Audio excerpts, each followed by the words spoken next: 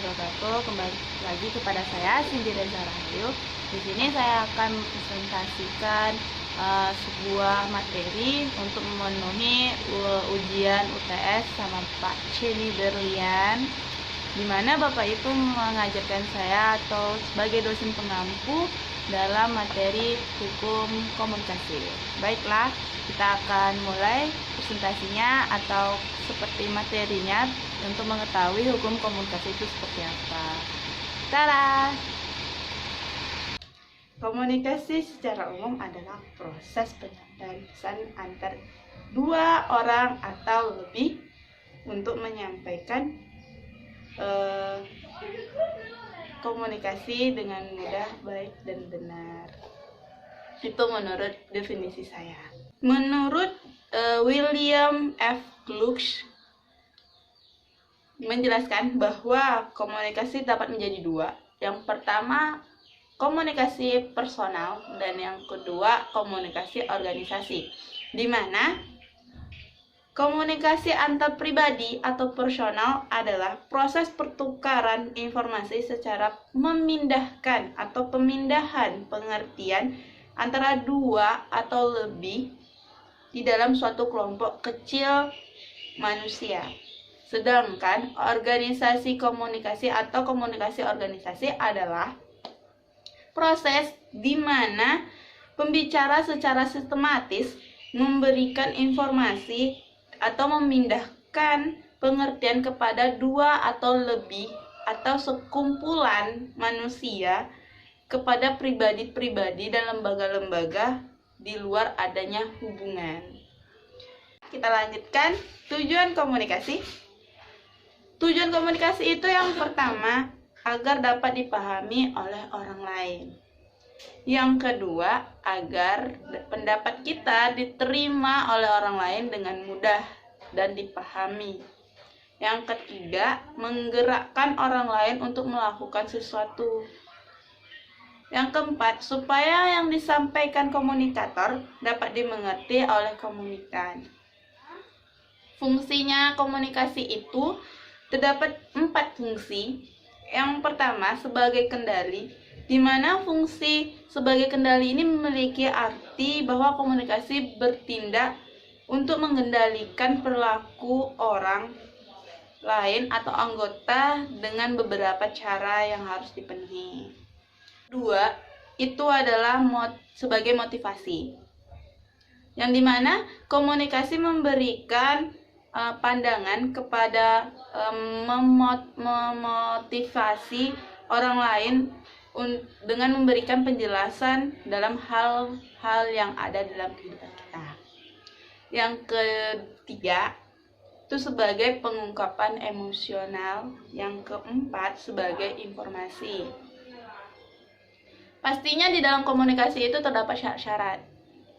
Dalam komunikasi dapat syarat-syarat seperti sumber, komunikator, komunikan, pesan, saluran atau channel, dan efek dari komunikasi. Baiklah, di sini saya akan melanjutkan hukum komunikasi itu apa, gitu ya kan. Di sini dulu pada zaman Belanda terdapat pepatah dalam bahasa Latin berbunyi ubius societas, yang dimana artinya di mana ada hukum pasti adanya masyarakat. Di sana kita bisa mengartikan bahwasanya tidak ada hukum seandainya tidak ada masyarakat atau proses penyampaian pesan secara efektif antar manusia atau individu-individu lainnya atau perkumpulan manusia atau organisasi manusianya gitu. Baiklah, sekarang kita akan memasuki pengertian atau definisi hukum komunikasi.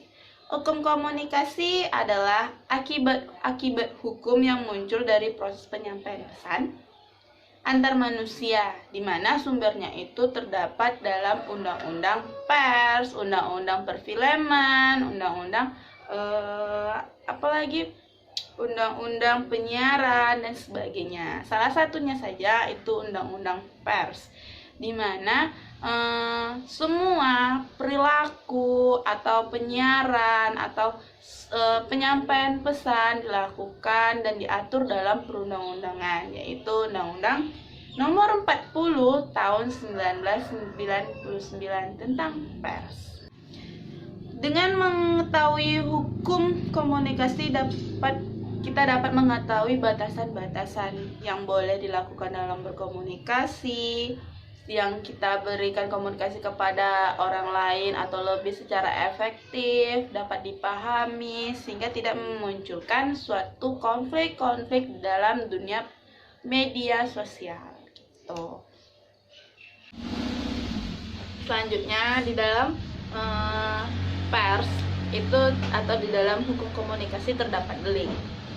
Deliknya itu adalah delik pers adalah peraturan yang diancam pidana yang hanya dapat dilakukan oleh pers sendiri. Di dalam delik pers terdapat lima golongan. Yang pertama delik keamanan negara, yang kedua delik penghinaan, yang ketiga delik pornografi, yang keempat delik agama, yang kelima delik kabar bohong. Di sana dapat diatur dalam KUHP, antara lainnya yang pertama itu delik keamanan negara yang diatur dalam KUHP pasal 112 dan 113. Sedangkan delik penghinaan itu diatur dalam KUHP juga dalam pasal 310. Terus delik pornografi juga diatur dalam KUHP dalam pasal 282. Terus delik agama juga diatur dalam pasal 156. Terus delik kabar bohong atau penghasutan juga diatur dalam nomor 1 tahun 1946, pasal 14 dan pasal 15.